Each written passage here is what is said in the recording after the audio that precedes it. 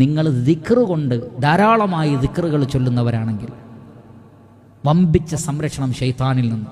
മുന്നിലൂടെയും പിറകിലൂടെയും നമ്മെ നശിപ്പിക്കാൻ പ്രതിജ്ഞ എടുത്ത പിശാചിൽ നിന്ന് രക്ഷപ്പെടുക എന്ന് പറഞ്ഞാൽ ചെറിയ കാര്യമാണോ? അള്ളാഹുവിൻ്റെ സംരക്ഷണം ഉണ്ടാകും. അവിടെ മാത്രമല്ല, വലിയ അപകടങ്ങളിലും അതുണ്ടാകുന്നതാണ്. സൂറത്തു സ്വാഫാത്തിലെ 143, 144.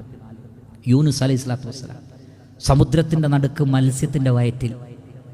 എന്താ രക്ഷപ്പെടാനുള്ള കാരണം? അള്ളാഹു പറയട്ടെ, റഹ്മാനായ റബ്ബ് പറയട്ടെ, ഫലൗലാ അന്നഹു കാന മിനൽ മുസബ്ബിഹീൻ ലലബിസ ഫീ ബത്നിഹി ഇലാ യൗമി യുബ്അസൂൻ.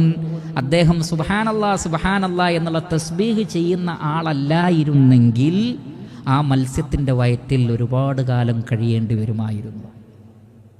എന്താണ് അള്ളാഹു രക്ഷപ്പെടുത്തിയത്? തസ്ബീഹ് ചെല്ലുന്ന മുസബ്ബിഹീൻ. അതെല്ലാ ദിക്റുകൾക്കും പൊതുവെ പറയുന്നതാണ് തസ്ബീഹ്. സുബ്ഹാനല്ലാഹ് എന്നുള്ള ദിക്റിന് മാത്രം അത് പറയും, സുബ്ഹാനല്ലാഹി വബിഹംദിഹി തസ്ബീഹ. ഈ തസ്ബീഹ് കാരണമാണ് ആ വലിയ അപകടത്തിൽ നിന്ന് രക്ഷപ്പെട്ടത്.